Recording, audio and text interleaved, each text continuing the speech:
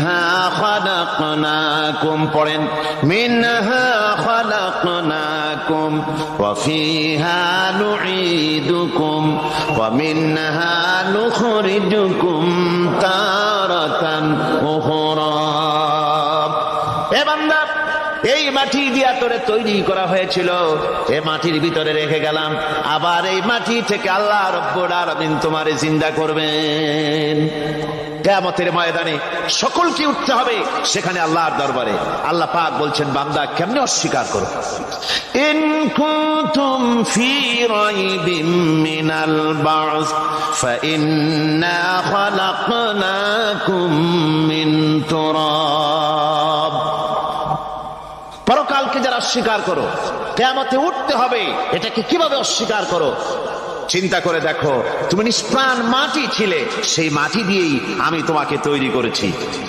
আবার আল্লাহ পাক মানুষকে আরো বুঝান, কিয়ামত আছে, পরকাল হবে, আল্লাহর দরবারে উঠতে হবে।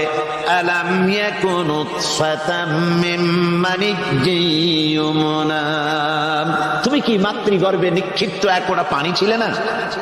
সুম্মা কানা আলাকাতান ফাখালাকা ফাসাওয়া, এরপরে তোমাকে মাংসপিণ্ডে, জমাট রক্তে মাংসপিণ্ডে পরিণত করা হলো, এরপরে তোমাকে সুন্দর করে তোমাকে সুগঠিত করা হলো।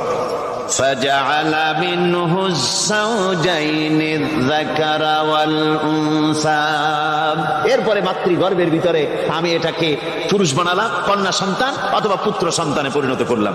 এইটা যে পেরেছে, যিনি পেরেছেন, আলাইসা যালিকা বিকাদিরিন আলা আইয়ুহিয়াল মাউতা, সে আল্লাহর পক্ষে কি সম্ভব নয় যে তোমার মৃত্যুর উপরে তিনি আবার জিন্দা করতে পারবেন? কি বলেন সম্ভব না? তিনি পারবেন না? নিশ্চয়ই তিনি আবার কিয়ামতের মাঠে আমাদেরকে হাজির করতে পারবেন, এতে কোনো সন্দেহ নাই। আল্লাহ পাক সেই জন্য এখানে বলতেছেন যে ওরা বাল কাযযাবু বিসসাম, ওরা আসলেই পরকালকে অস্বীকার করেছে। আপনি যে নবী, এতে কোনো সন্দেহ নাই। আপনি খানা খান, আপনি বাজারে যান, এটাই মূল আপত্তির বিষয় না। মূল কথা হলো তারা পরকালকে অস্বীকার করেছে। আল্লাহ পাক বলেন, ওয়া আন্নাস সাআতা আতিয়াতুন লা রাইবা ফিহা, অবশ্যই সে সময় আসবে, সে কিয়ামত আসবেই, এতে কোনো সন্দেহ নাই। ওয়া আন্নাল্লাহা ইয়াবআসু মান ফিল কুবুর, আর আল্লাহ পাক তিনি কবরের মধ্যে অন্তর্হিত যা কিছু আছে সবাইকে কিয়ামতের দিন আল্লাহ পাক ময়দানে উঠাবেন। কিয়ামতে আল্লাহর দরবারে সকলকে হাজির হতে হবে।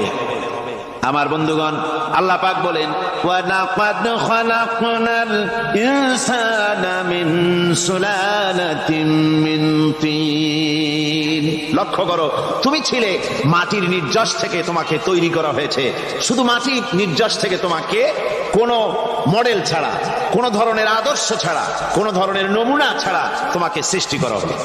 সুম্মা জাআলনাহু নুতফাতান ফি ক্বারারিম মাকিন, এরপরে মাতৃগর্ভের একটা অত্যন্ত সুরক্ষিত জায়গায় তোমাকে সংরক্ষণ করা হয়েছিল। সুম্মা খালাকনান নুতফাতা আলাকাতান ফাখালাকনাল আলাকাতা মুদগা, রক্তপিণ্ডকে, নাপাক পানিকে জমাট রক্ত করেছি, জমাট রক্তকে আমি আবার